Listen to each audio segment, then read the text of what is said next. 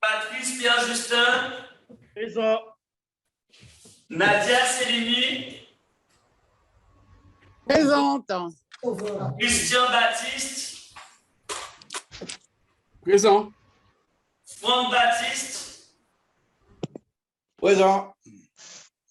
Teddy Barbin. Présent. Et Louis Beaupertuis. Présent. Hugues Chateaubon. Jean-Claude Christophe. Présent. Élodie Clarac. Élodie Clarac. Oui, Jésus présente. Lydia Faro, épouse Pourriol. Présente. Jules Frère. Lucien Galvani donne procuration à Madame Laptesse. Marianne Grandisson. Présente. Michel Rotin donne procuration à Cédric Cornet. Valérie Hugues. Présente. Olivia Jean, épouse Ramoutar Banal. Présente. Madame Murat donne procuration à Monsieur Frère. Jacques Cancel.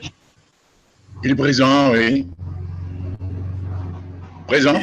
Sylvia Laptesse. Présente. Éric Lachoumanin. Présent. David Lutin donne procuration à Cédric Cornet. Madame Mandry donne procuration à Madame Ramoutar. Teddy Marie. Présent. Nina Pollon. Nina Pollon. Présente. Sophie Péroumal et Sylvanis. Présente. Yves Kikoré. Présent. Patrick Solvay. Représenté. On n'a pas de papier pour M. Solvay. Et Jocelyne Viroulant. Présente.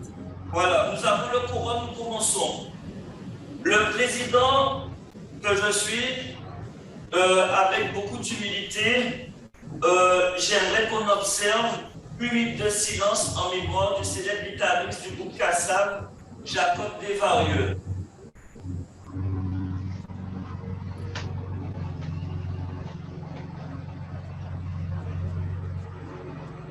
Merci beaucoup, chers collègues. Avec l'accord de la famille et en qualité de maire, je proposerai à ma majorité municipale, et si elle accepte à ma majorité communautaire, et si elle accepte de baptiser le palais des sports du Gosier en son nom. Je vous laisse la réflexion et je reviendrai vers vous lorsque j'en aurai parlé à ma majorité municipale. Et j'espère que même le conseil communautaire et le conseil municipal élargi accepteront cette proposition. Nous avons le quorum, donc je demanderai à M. Kouritos de donner les règles de la visioconférence, s'il vous plaît. Monsieur le Président, excusez-moi, Franck Baptiste, s'il vous plaît. J'ai eu la procuration de M. Solvet qui a intervoyé à Mme Ibo. Ah bon? Madame Ibo, oui. Ça doit être envoyé après, on va vérifier. On va vérifier. Le cabinet du maire l'a envoyé à Mme Ibo. D'accord. Madame Ibo ne nous a rien dit, donc moi je vous dis avec les informations que j'ai, mais elle va vérifier. Je l'ai là, hein, je l'ai. D'accord, pas de problème. Donc on a pris note. D'accord. Donc monsieur Kouritos, vous avez la parole. Merci, Président. Bonsoir à tous. Donc, simplement, on se rappelle, comme à chaque début de conseil communautaire en visioconférence, des modalités de vote. Donc, le président va exposer chaque point inscrit à l'ordre du jour et donnera la parole aux différents membres de l'Assemblée. Les membres s'expriment à tour de rôle après avoir été préalablement autorisés à prendre la parole. Les temps de parole doivent être raisonnables et efficaces pour que tous les participants puissent s'exprimer. Les membres de l'Assemblée seront invités à privilégier les fonctions lever la main et leur volonté de prendre la parole. Avant de s'exprimer, chaque membre doit activer son micro et se présenter en déclinant son nom et prénom. Pendant le déroulement de la séance et afin d'éviter les bruits de fond pouvant perturber son bon déroulement, les membres de l'Assemblée sont invités à couper leur micro, sauf pendant le temps où ils s'expriment. À l'issue des débats, le président procédera au vote pour chaque point. D'accord, merci M. Kouroutos. Donc, je propose l'ordre du jour, approbation du procès verbal de la séance du 28 juin 2021, approbation d'une convention de gestion entre le syndicat d'innovation et de valorisation de la Guadeloupe et des chaînes ménagers Sinoval et la communauté d'agglo de la Riviera du Levant, fixation de la contribution initiale de la communauté d'agglo de la Riviera du Levant, car le syndicat d'innovation et de valorisation de Guadeloupe Sinoval, approbation d'un appel à projet en matière de télétravail et sollicitation d'une subvention au titre du Fonds social européen, désignation des représentants de la CAR au syndicat mixte et transport SMT, le point relatif à la création d'une société économique SEM et prise de participation de cette SEM dans une société est retirée. Sollicitation de l'avis du Conseil communautaire sur le projet des statuts du syndicat mixte ouvert de la gestion de l'eau et de l'assainissement de Guadeloupe, le SMO, désignation des représentants de la CAR au syndicat mixte ouvert de gestion de l'eau et de l'assainissement de Guadeloupe. Déjà, j'aimerais proposer Madame Nina Pollon comme secrétaire de séance. Qui vote contre? Qui s'abstient? À l'unanimité, Madame Nina Pollon, secrétaire de séance. Déroulé de l'ordre du Conseil communautaire. Approbation du procès verbal de la séance du 28 juin 2021. Chers collègues, avez-vous quelque chose à dire par rapport à ce procès verbal? Oui, j'ai levé la main. Bonjour, Monsieur le Président. Bonjour, chers Bonjour. collègues. Je peux prendre la parole? Bien sûr, vous avez la parole. Alors, sur le compte-rendu, je constate qu'il n'y a pas les arguments des uns et des autres à propos des votes. C'est quelque chose qui me semble qu'avait été acté. Alors, non pas qu'on mette tout mot par mot de nos interventions, parce que ce serait trop long, bien sûr, pour l'administration, mais pourquoi ne remettons pas les arguments des uns et des autres? Par exemple, moi, lorsque je vote contre ou pour ou je m'abstiens, il y a un argument derrière et il me semble tout à fait utile, surtout que ça peut être consulté par n'importe quel administré de la CARL et c'est normal que les citoyens aient le droit de savoir l'argumentation des votes des uns et des autres. Donc, je ne sais pas si c'est exceptionnel ou si c'est une nouvelle directive, mais je pense que pour l'intérêt de la démocratie et de l'information aux citoyens, il faut absolument que les arguments développés soient inscrits dans les procès-verbaux, même si je sais qu'au niveau, je crois, légal, ce n'est pas une obligation. Mais en tout cas, je pense que notre souci de transparence à tous est important et j'aimerais bien qu'il soit mis. Madame, je vous ai très bien entendu et je laisse la personne qui gère ce travail, Madame Ibo, que vous avez tout le temps en contact, vous répondre à votre question.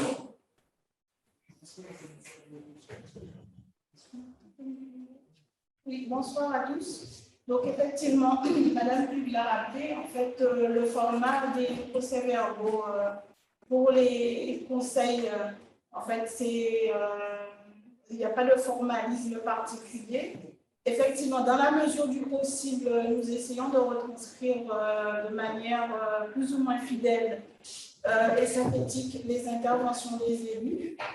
Mais c'est vrai qu'il n'y a pas de formalisme particulier et contrairement à ce qui se faisait pour les autres télé, en termes de matérialité de temps, toutes les interventions n'ont pas été retranscrites. Mais en fait, comme vous le stipule le code, c'est le libre choix d'inscrire ou pas les interventions dans les conseils communautaires. Je passe au vote. Qui vote contre? Qui s'abstient? Je vote contre, Monsieur le Président, puisque la réponse n'est pas satisfaisante. Et moi, mes interventions, en tout cas, ne sont pas notées.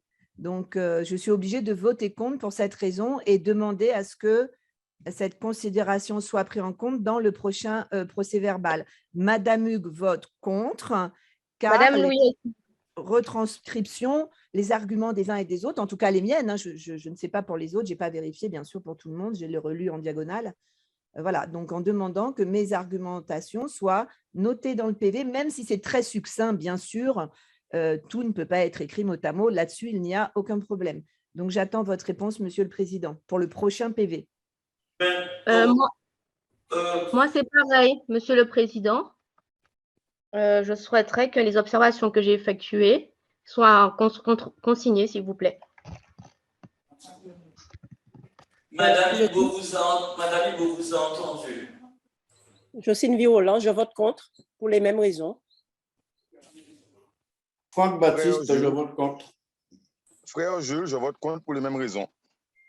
Sophie Yves Dupré, je vote contre. Olivia Ramoutard, je vote contre. Marianne Goyawini, je vote contre. Marianne Sylvia Grandisson, Laptès. contre. Lydia Fouriol, je vote contre. Et j'ai Yves oublié, Dupré, je vote contre. je vote contre au nom de Madame Murat Marguerite. Monsieur Frère Jules vote contre au nom de Madame Murat. Je vote contre au nom de Patrick Solvette. Je vote contre pour Mariette Mandré également. Excusez-moi, tous les conseillers communautaires Christian Baptiste, je vote contre. s'abstenir. Est-ce que c'est possible de l'écrire directement dans le chat, au niveau de la discussion? C'est consigné déjà pour Sylvia Laptès et Monsieur Galvani. Nous votons contre. Contre aussi, c'est déjà noté, c'est inscrit. Contre. Patrice Pierre Justin, je m'abstiens car j'étais absent à ce conseil communautaire. Donc, voilà. Donc, tous les élus.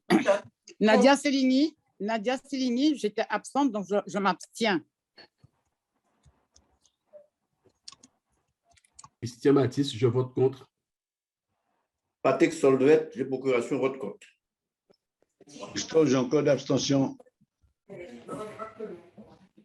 Alors, je fais un petit rappel simplement pour vous dire, tous les conseillers qui votent contre ou alors qui s'abstiennent, est-ce que vous pouvez le noter dans le chat, s'il vous plaît, dans la discussion? Donc, donnez le sens de votre vote au niveau de la discussion. Merci. C'est fait pour moi normalement. Hein? C'est fait. C'est fait pour moi aussi. Christophe Jean-Claude, abstention.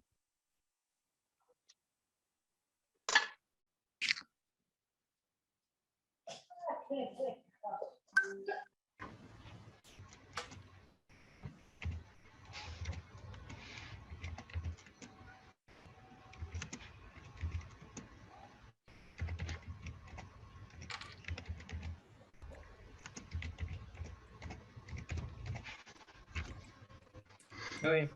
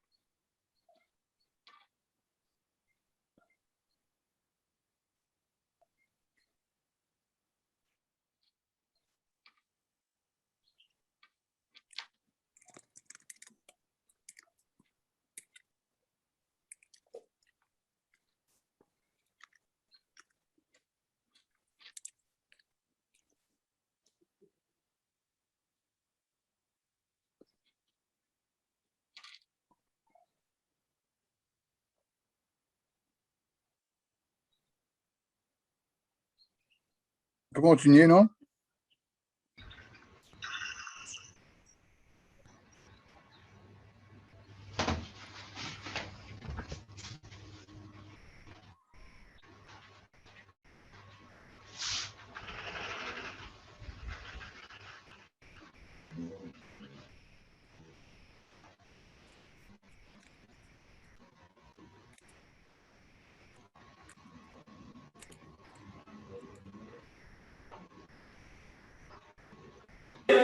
Oui. Le point est voté à la majorité. Donc, nous passons au point numéro 2. Approbation d'une convention. Monsieur le de gestion. Président, il faudrait les résultats du Alors, vote. madame, il faut donner les résultats, s'il vous plaît. Alors, je vais voter contre. Alors, nous allons aller. On n'entend pas bien, Madame Ibo. Alors, nous avons 16 votes contre. 5 abstentions. Pardon? 16 votes contre. 5 abstentions. Je ne sais pas si vous m'entendez. 16 votes contre, 5 abstentions et 19. Monsieur le Président, ce n'est pas ce calcul que j'ai cru entendre. Ben non. Alors, je souhaiterais qu'on passe au vote, parce que là, je crois qu'il y a une erreur. Non, mais Il faut la noter sur le chat. Ben oui, il y a Oui, mais Ben déjà, quand on compte sur le chat, on n'est pas à 16. Hein. Non, il faut reprendre les noms nominativement. C'est vrai qu'en visio, c'est compliqué. Donc, est-ce que Madame Ibo peut reprendre les noms des pour, contre et abstention? Et puis, si quelqu'un a été oublié dans une des 3 cas, eh ben, on le rajoute. Comme ça nous permettra de vérifier. C'est très difficile. très bien. C'est très difficile pour Madame Ibo. Madame Louis. Madame Viroland. Contre. Contre. Là, je note les votes contre. Valérie Hugues, Anouchka Louis, Jocelyne Viroland, Franck Baptiste, Jules Frère, Sophie Péroumal, Olivier Amougar, Madame Grandisson, Madame Lattès, Madame Murat, Solvay, Madame Mandré, Monsieur Galvani, Christian Baptiste, Jacob Gueule, voilà les votes contre. Oui. J'ai pas entendu madame. Est-ce que ça a été dit? Monsieur Cré vote contre.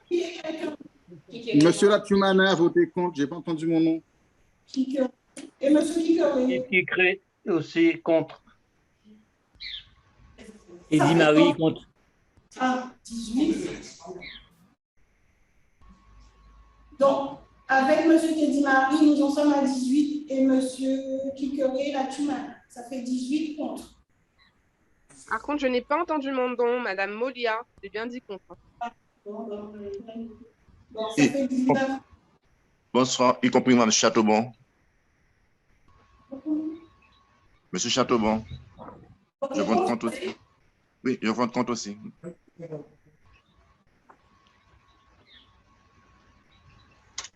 Ça fait...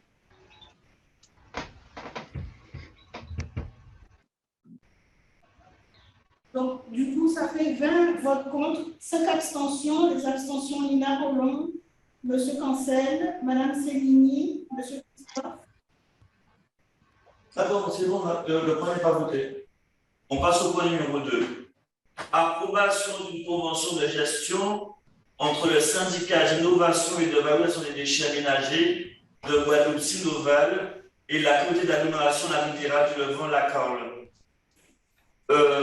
L'arrêté préfectoral portant création du Sinoval au 1er mai 2021 a entraîné le transfert de plein droit de la compétence collecte et traitement des déchets aménagés de la Carle au Sinoval. Cependant, le temps nécessaire à l'organisation du fonctionnement de Sinoval, il est envisagé de faire application de l'article 7, alinéa 8 des statuts en vigueur, qui précise que le syndicat peut conclure des conventions de gestion en confiant par convention avec la ou les collectivités concernées la création et la gestion de certains équipements ou services relevant de ses attributions à une ou plusieurs communautés d'agglomération, membres ou à toute autre collectivité territoriale ou établissement public. Il s'agit surtout de permettre au Sinoval de confier à la Carle et pour une durée limitée la poursuite de la gestion de ce service et des équipements y afférents.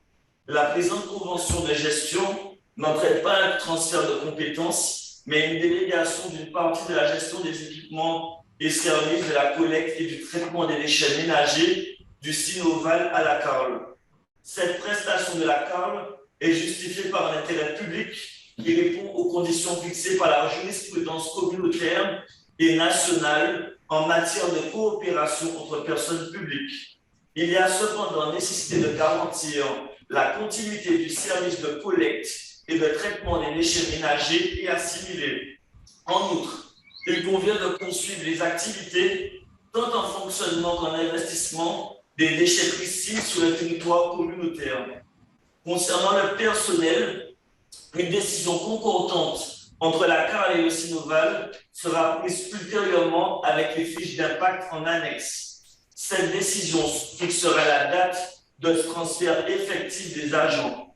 Les agents exerçant en totalité leurs fonctions dans le service transféré seront transférés de plein droit. Concernant les agents exerçant en partie leurs fonctions dans ce service, le transfert pourra leur être proposé. En cas de refus, ils seront mis à disposition de plein droit pour la partie des missions qu'ils exercent au sein de la compétence transférée. À l'unanimité, le comité syndical du Sinoval le 30 juillet 2021 a délibéré favorablement sur cette question. Y a-t-il des questions parmi vous, s'il vous plaît? Oui, Jacques Cancel. Oui, je vous écoute, Oui. Monsieur Cancel. Merci, Monsieur le Président. Oui, alors, je voudrais poser 3 petites questions pour mon information personnelle. Bien sûr. Alors, concernant Pardon? Oui, vous avez la parole, Monsieur Cancel. Je peux y aller? Oui, bien sûr. Très bien. Oui, alors, concernant le personnel, est-ce que j'ai bien lu ce qu'il en est, comme traitement de la gestion de ce personnel? J'aimerais savoir, est-ce que ce personnel a été véritablement consulté, ou en tout cas rencontré? Est-ce qu'on a rencontré? Est-ce qu'il y a quelques réticences? Est-ce que tout va bien? Puisque très souvent, dans ce genre d'opération, souvent le personnel, les employés, les agents font très souvent les frais de cela. Donc, c'était la première question pour mon information. La deuxième, concernant précisément cette délégation de service. Alors, on dit une délégation de service en partie, pas la totalité, mais en lisant les attributions, j'ai l'impression que c'est pratiquement toutes les compétences qui sont restées à la CARL, entre-temps, bien évidemment. Alors, si tel n'est pas le cas, est-ce qu'on pourrait me dire qu'est-ce qui est exclu de cette délégation de service? Et enfin, la troisième question, toujours pour mon information, y a-t-il la même convention avec la CNGT? Merci.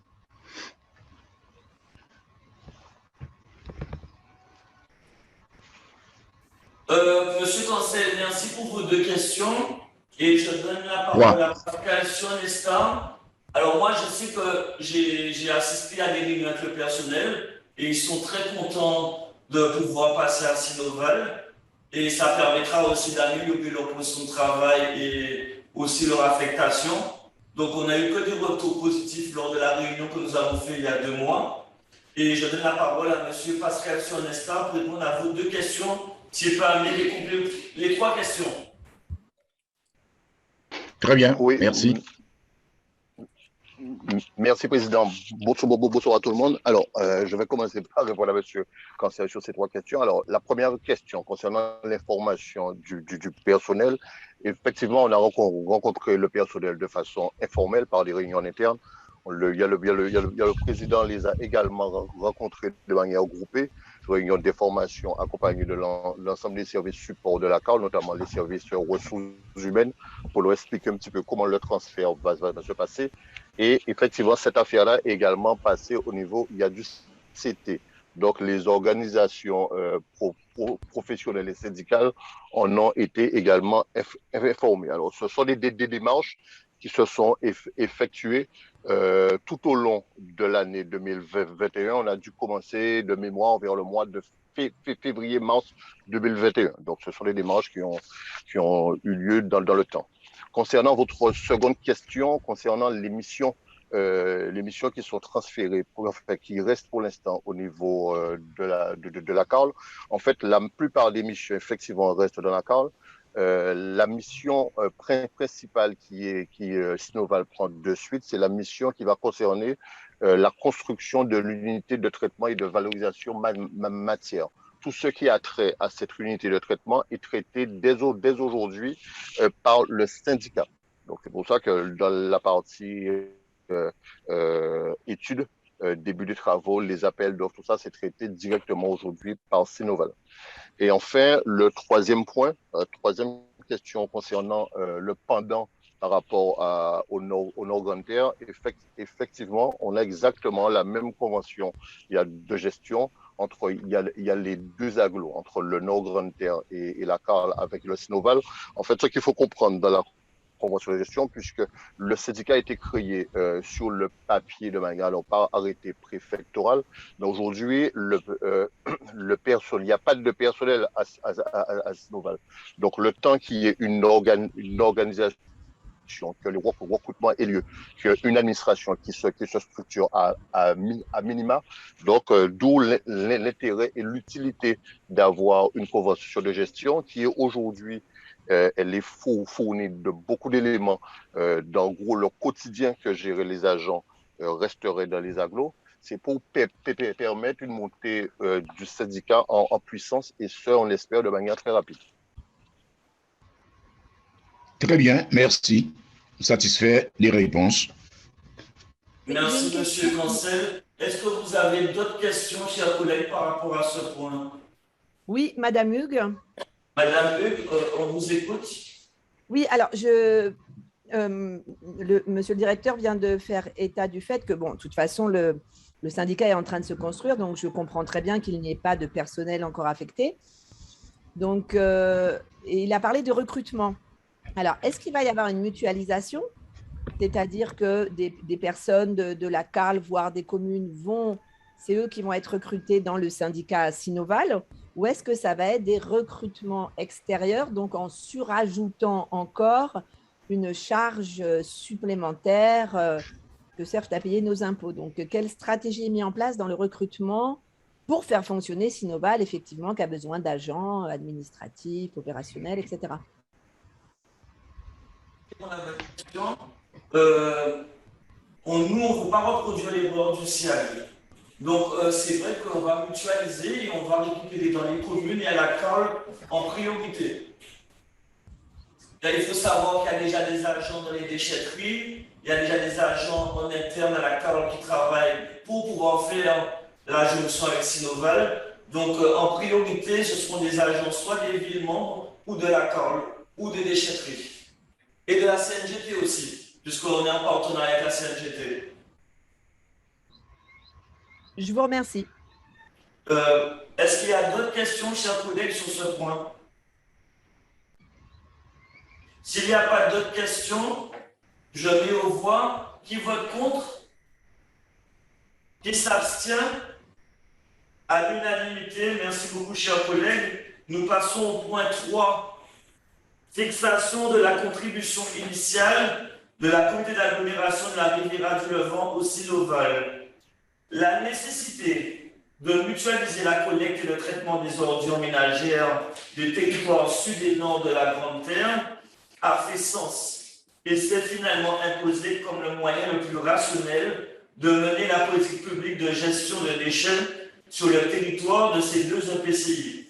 En effet, au regard de la taille du gisement disponible, des possibilités de valorisation et de transformation des déchets, des opportunités de financement via les fonds européens et surtout de la perspective de contention des coûts au bénéfice des populations concernées, cette stratégie a été validée lors de la conférence territoriale de l'action publique du 25 mai 2018. Ainsi, en application des articles L. 5721-1 et suivant du Code général des collectivités territoriales, CGCT, la communauté d'agglomération de la Riviera du Levant, la communauté d'agglomération du Nord Grande Terre et la région Guadeloupe ont convenu de l'intérêt de conjuguer leurs ressources et leurs synergies pour créer un syndicat mixte ouvert appelé du syndicat d'innovation et de valorisation des déchets ménagers et assimilés de la Guadeloupe, Sinoval Guadeloupe.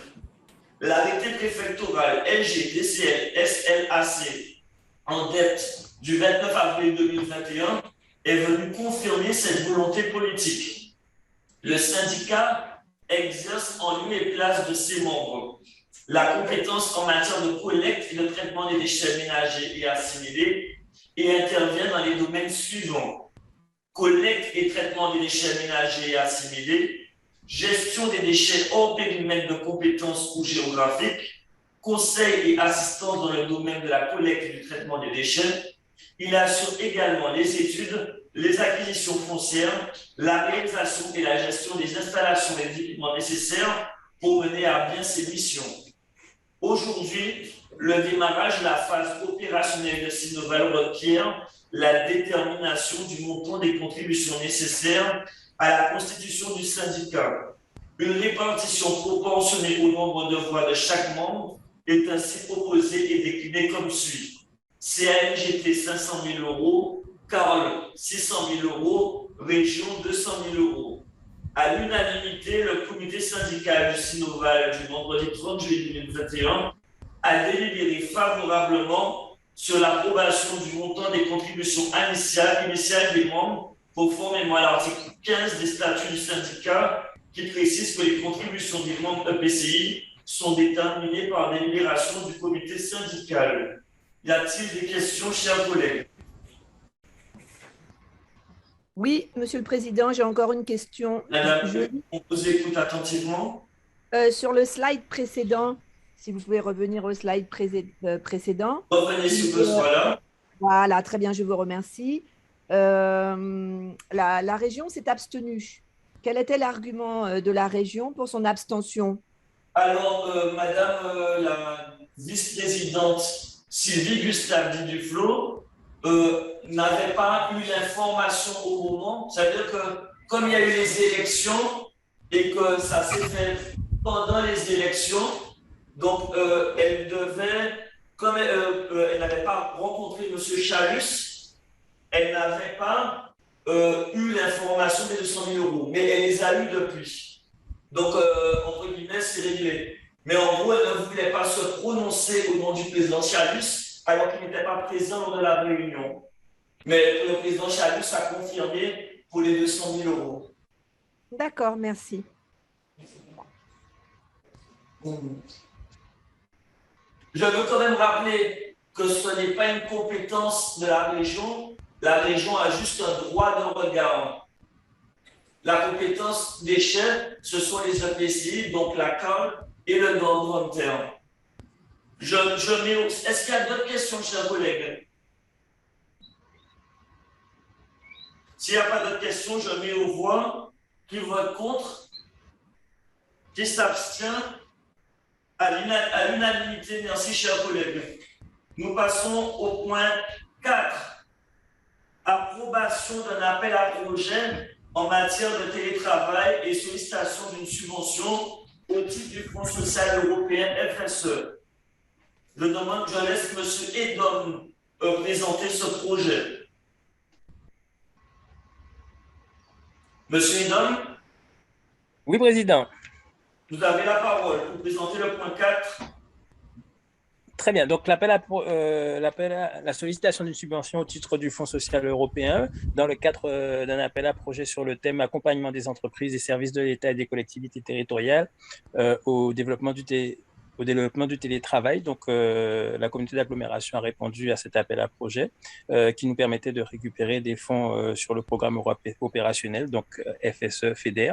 Et donc, comme vous le savez, par rapport à la crise sanitaire, nous avons dû nous adapter à un certain nombre de contraintes, notamment pour garantir la continuité du service et public de manière optimum.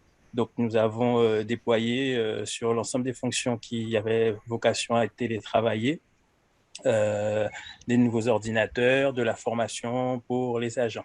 Donc, le projet sur lequel nous avons répondu avait un caractère rétroactif, ce qui va nous permettre de prendre en charge un certain nombre de matériel informatique, de bureautique, de logiciels métiers. Tu peux passer à la slide suivante. Donc voilà, et de formation. Donc du coup, le FSE prendrait à sa charge 102 000 € donc qui représenterait 85% du budget que nous avons consacré à cette politique publique. La CARL resterait donc 15%, soit 18 000 euros pour un total de 120 000 euros qui vous est demandé d'approuver le fait que la CARL puisse répondre à cet appel à projet, même si nous avons déjà répondu, mais c'est une demande obligatoire de faire passer un conseil communautaire. Voilà, pour pouvoir bénéficier des fonds. Merci, Président.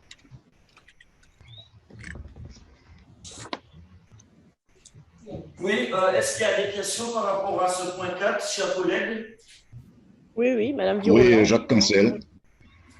Après Madame Duroland, Jacques Cancel. Madame Duroland a demandé en première. Oui, oui. Pas de problème. Bonsoir à tous. Bonsoir, Président. Concernant ce dossier, alors vous avez fait le choix, parce que c'était en fait, il y avait 2 appels à projet, je crois, pour cette affaire-là, pour le remboursement des frais Covid. Vous avez fait le choix. Il y a aussi le... Vous avez fait le choix du télétravail uniquement, pas le Covid-SST. Non, c'est William Corritos, DG de la CARL. Nous avons répondu aux 2 appels à projet. La prochaine délibération sera présentée lors du prochain conseil pour l'appel à projet santé, sécurité au travail. Mais nous avons stabilisé le plan de financement du coup pour l'appel à projet télétravail. Et au prochain conseil, on vous présentera la délibération pour le plan de financement pour l'appel à projet santé, sécurité au travail auquel nous avons répondu aussi. Alors, vous avez répondu en interne ou c'est un cabinet qui vous a aidé? Alors non, nous avons répondu en interne. Nous avons une super équipe à l'ingénierie des financements de projet qui ont répondu aux 2 appels à projet. Voilà, donc ce qui est dans le pôle de M. Edom, pôle ressources, administration générale. Et donc du coup, on n'a pas eu d'accompagnement extérieur. C'est en interne que nous avons monté les deux dossiers. Alors, il faudrait mutualiser avec la ville du Gosier. Cette mutualisation aurait dû être faite. Oui, c'est l'objectif. Alors, c'est vrai qu'on se structure en interne à la CARL. C'est 2 recrutements qu'on a effectués en avril de cette année. Et donc, c'est vrai qu'on essaie de répondre au maximum d'appels à projets pour la CARL. Mais quand ça peut bénéficier au territoire aussi, on le fait, et aux communes membres. Et l'objectif, je sais qu'elles ont déjà rencontré les différents interlocuteurs des communes membres, mais l'objectif à terme, effectivement, c'est d'accompagner toutes les communes de notre territoire aussi dans leur ingénierie des financements de projet, de créer un véritable réseau d'ingénierie de financement de projet pour le territoire. Que je sais que certaines communes ont déjà aussi leur chargé de mission ingénierie des financements de projet. Je sais que c'est le cas de Sainte-Anne, de Saint-François. Et aussi au Gosier aussi, il y a un référent. Et donc voilà, l'objectif, c'est de mutualiser nos forces afin de répondre aux appels à projets. Et notamment, un des exemples que vous verrez, je pense, cette année de cette coopération, ça sera la réponse à l'appel à projet numérique. Alors, je le sais que c'est SEN, mais c'est numérique pour les écoles. Oui, tout à fait. Ben, écoutez, voilà. C'est bien parce que ça nous coûte pratiquement 50 000 euros à la ville. Hein. Roland, est-ce que vous avez été satisfait de la réponse? Ah oui, mais je vous remercie. Est-ce que je peux donner la parole à M. Cancel? Bien sûr, bien sûr. Monsieur Cancel, vous avez la parole. Merci, Président. Oui, je dirais comme Mme Hugues, j'ai encore une question, mais toujours une question d'information. Alors, concernant bien évidemment cet appel à projet lié au télétravail, alors j'entends la démarche, bien évidemment. Alors, ce que je voudrais, c'est pour sortir un peu des généralités, sans entrer bien évidemment dans tous les petits détails, est-ce qu'on pourrait avoir une idée de ce qui a été véritablement acheté en termes de matériel informatique et quel type de formations ont été réalisées ou doivent être mises en place de manière à ce que moi, en tant qu'élu, je sois en mesure, en fait, d'avoir une idée à peu près approximative de ce qui a été acheté. Alors, on nous dit du matériel, j'entends bien, je comprends, des logiciels et de la formation. Mais en gros, est-ce qu'on pourrait nous donner quelques indications quantitatives de cette démarche-là? Merci. Ah, alors, je ne sais pas si M. Edom veut répondre. Monsieur Et Edom, vous sinon, avez la parole si vous voulez. sinon, alors, les premiers éléments de réponse que je peux apporter en termes de formation, ce qui a été fait, c'est que tous les collègues qui peuvent télétravailler ont bénéficié d'une formation au télétravail, sur les postures physiques, sur l'organisation du travail en télétravail, voilà, ainsi que les managers. C'est vrai que c'est un management qui peut être différent, le fait de manager en télétravail. Donc, c'est des formations par lesquelles on est passé par un organisme de formation qui s'appelle la FIGES, notamment. Et donc, du coup, ces formations-là seront prises en charge.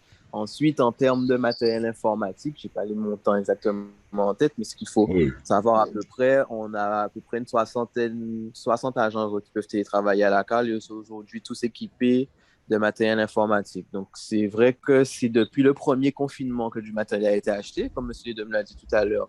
C'est un appel à projet qui peut être rétroactif, c'est-à-dire que même si les dépenses ont été déjà engagées, elles seront remboursées. Donc, je pense qu'on a eu une trentaine de ordinateurs à peu près qui ont été achetés pour le matériel informatique. C'est ce qu'on a fait entrer dedans. Et on a aussi en plus du matériel informatique, voilà, c'est surtout des ordinateurs. On n'a pas vraiment autre chose. Donc, c'est ça, ordinateur et formation. Très bien. Monsieur Conseil, la réponse est satisfaisante. Ah oui, et pour les logiciels, juste pour terminer, c'est toutes les suites bureautiques, en fait. Hein. Donc, en plus des ordinateurs, quand on achète Microsoft, c'est un nommé, mais Microsoft Word, Excel, la bureautique, et aussi des logiciels, par exemple, pour la communication, pour faire des infographies, Canva, des choses de ce type. Voilà, on va se faire financer ces licences-là. Très bien, je suis satisfait. Est-ce que les réponses sont claires? Très claires et satisfaisantes. Est-ce qu'il y a d'autres collègues qui aimeraient poser des questions sur ce point? S'il n'y a pas d'autres questions, je mets aux voix. Qui vote contre? Qui s'abstient? À l'unanimité, mes chers collègues, merci. Le point 5, désignation des représentants de la CAL au syndicat mixte des transports. Je rappelle que par régulation du 19 février 2015, le Conseil communautaire a validé l'adhésion de la CAL au syndicat mixte des transports et le 30 juillet 2020 ont été désignés 12 représentants titulaires et suppléants de la CAL au syndicat mixte des transports. Suite à l'élection de M. Louis Tonton en qualité de conseiller régional et conformément au Code régional de collectivité territoriale, il appartient au Conseil communautaire de procéder à la désignation de nouveaux délégués titulaires de la CAL au sein du syndicat mixte des transports en remplacement de ce dernier. Il est proposé la candidature de Mme Élodie Clarac comme nouvelle déléguée titulaire au sein du syndicat mixte des transports. C'est à ce titre qu'il sera demandé au Conseil communautaire d'approuver. Y a-t-il des questions? S'il n'y a pas de questions, je mets aux voix. Qui vote contre? Qui s'abstient? À l'unanimité, merci beaucoup. Le point 6, il était retiré. Donc nous passons directement au point 7. Sollicitation de l'avis du Conseil communautaire sur le projet des statuts du syndicat mixte ouvert de gestion de l'eau et de l'assainissement de la Guadeloupe, SMO. Je donne à M. Corutos d'exposer ce point, s'il vous plaît. Alors, je laisserai la parole à M. Edom, simplement pour dire rapidement que conformément à l'article 1er de la loi numéro 2021-713 du 29 avril 2021, rénovant la gouvernance des services publics de potable et d'assainissement en Guadeloupe, vous avez reçu en annexe les projets de statut du syndicat mixte ouvert qui prendra effet le 1er septembre 2021. Ainsi, avant sa publication et conformément au courrier de la préfecture, il appartient au Conseil communautaire de donner un avis sur ces projets de statut. Donc, vous avez été destinataire aussi, je pensais aujourd'hui, ma mémoire est bonne, des statuts qu'on a eu, des propositions de statuts que la région, de modifications que la région et le département souhaiteraient faire suite à des comités techniques qu'on a pu avoir. Donc, je laisserai M. Edom exposer les grandes modifications proposées par ces groupes de travail technique. Et voilà, c'est bien sûr le conseil communautaire débattre et apporter un avis sur ces statuts.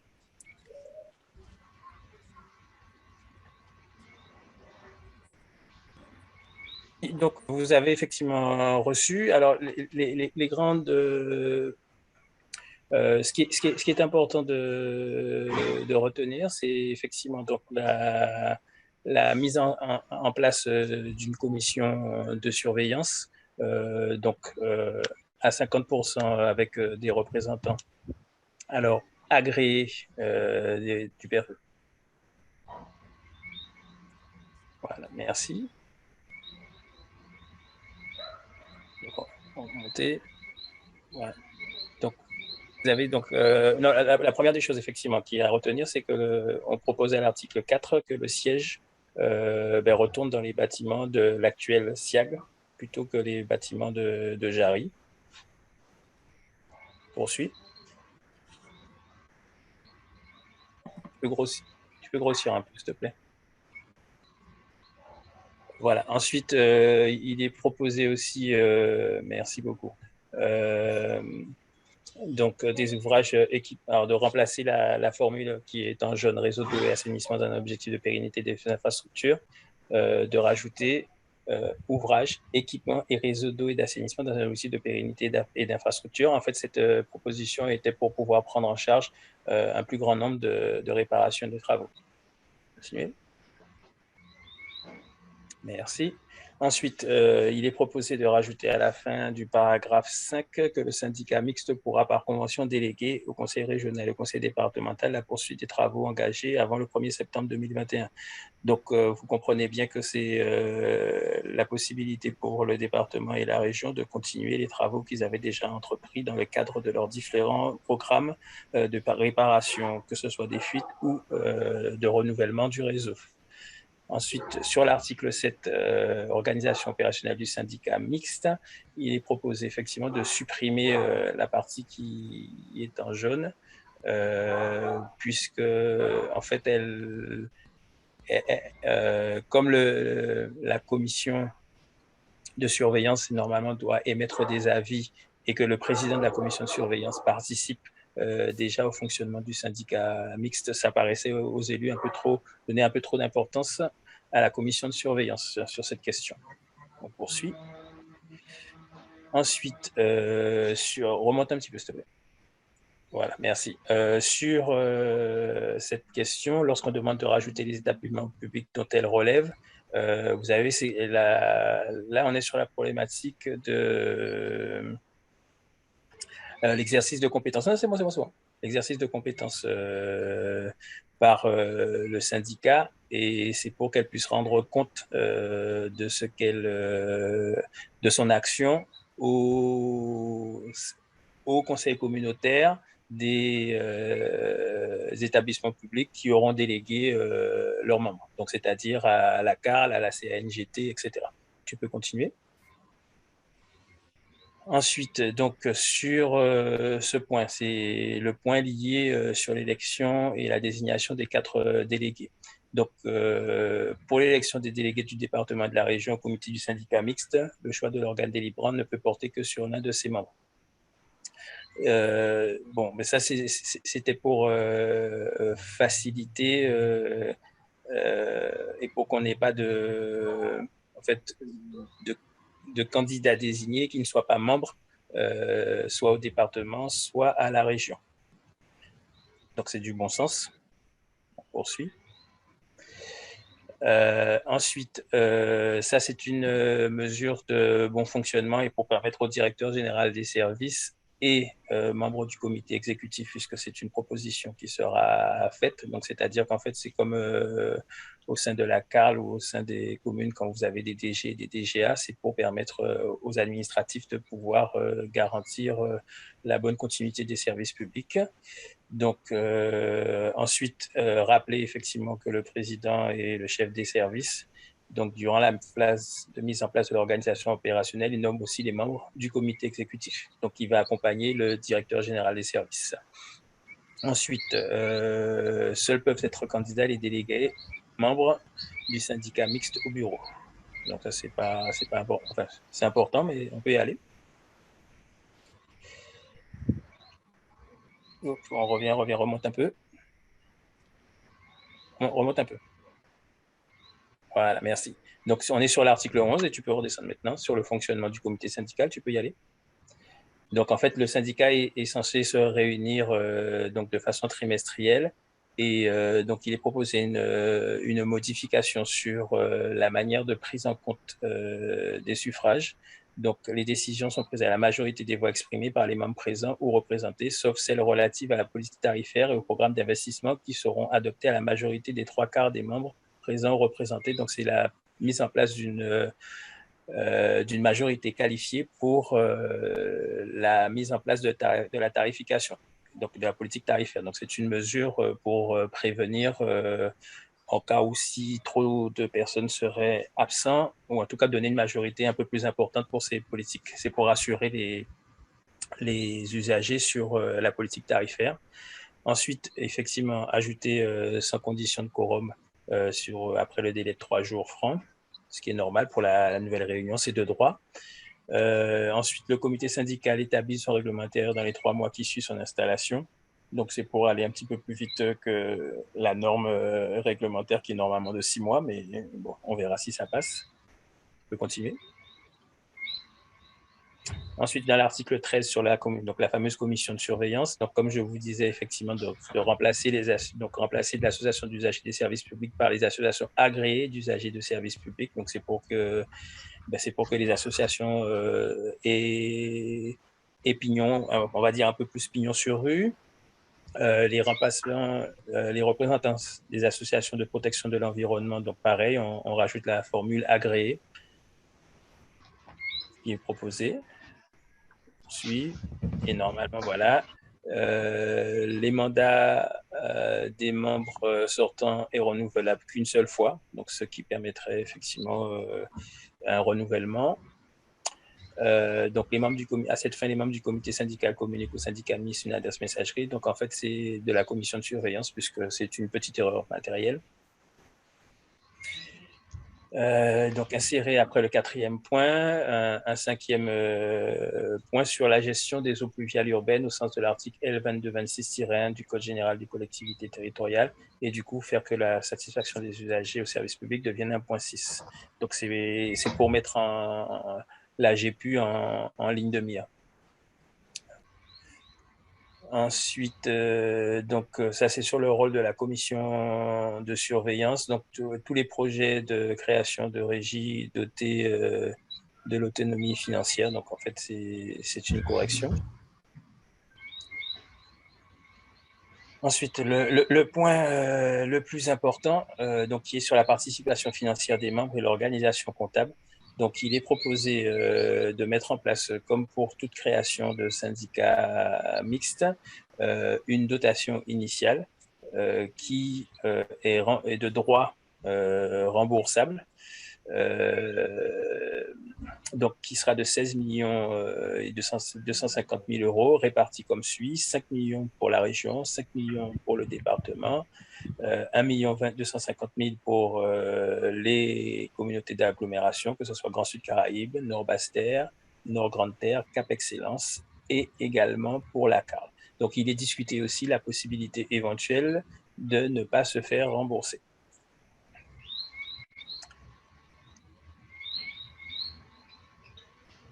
Ensuite, sur l'article 16, sur les modifications statutaires, article 16 remonte, voilà. Donc là, c'est une modification par rapport à ce qui est écrit qui ne correspond pas tout à fait. On propose donc toute modification des présents statuts est prononcée par arrêté du représentant d'État en Guadeloupe après délibération à la majorité des 2/3 des délégués qui composent le comité syndical d'une part et délibération concordante des 2/3 des membres qui composent le syndicat mixte d'autre part. Donc, c'est toujours pour garantir aux établissements publics de coopération intercommunale un certain poids dans les décisions du syndicat. Ensuite, le retrait, donc là, pareil, c'est une erreur matérielle, donc à corriger. On peut continuer. Là, pareil, sur la transparence des activités du syndicat mixte, c'était donc à enlever. Donc, c'est erreur matérielle. Et enfin, un article 20 qui serait sur la dissolution, qui est normalement des choses qui se trouvent de droit. Donc, le syndicat mixte est dissous dans les conditions prévues à l'article L5721-7 du Code général des collectivités territoriales. Les modalités juridiques et financières de la liquidation du syndicat mixte sont fixées par arrêté du représentant de l'État dans le département, siège du syndicat. Le personnel est transféré dans les conditions de l'article L5212-33 du CGCT. C'est exactement la même chose que ce qui se passe pour Sinoval et dans le cadre de la loi aussi. Voilà, a priori, ce que j'avais à vous dire là-dessus. Donc, nous avons travaillé avec monsieur, donc le DGS, madame Ibo, madame Nelson et surtout monsieur Michel-Antoine qui a assuré l'accompagnement de ce dossier de façon technique depuis quelques années. Et bien entendu, il y a d'autres personnels de la CARL aussi qui ont travaillé en temps et en heure sur cette question de l'eau qui est préoccupante. Voilà ce que j'avais à dire sur ce sujet. Monsieur le Président, messieurs et conseillers communautaires. Avant de donner la parole aux collègues, moi, il y a un point qui me tient à cœur, c'est de vendre ce bâtiment. Vous avez vu qu'ils nous disent de rester dans le bâtiment. Mais vous savez que la CARL va récupérer le plus gros de la dette du SIAG. Et donc, on va être impacté financièrement pendant des années. Et je pense que ce n'est pas un luxe de vendre le siège social de la bourse. Après, je ne sais pas si vous allez me soutenir dans cette démarche, mais si ça pouvait diluer en partie la dette qui va retomber sur les contribuables des Gozériens, des Saint-Anais, des Saint-Franciscains et des Désiradiens, je pense que c'est un sujet qu'on devrait réfléchir ensemble et vraiment faire une proposition aux partenaires, à l'État, à la région, au département, aux autres PCI qui proposent le SIAG pour leur demander qu'on vende le siège social. Je vous laisse la parole sur ce point. Qui demande la parole?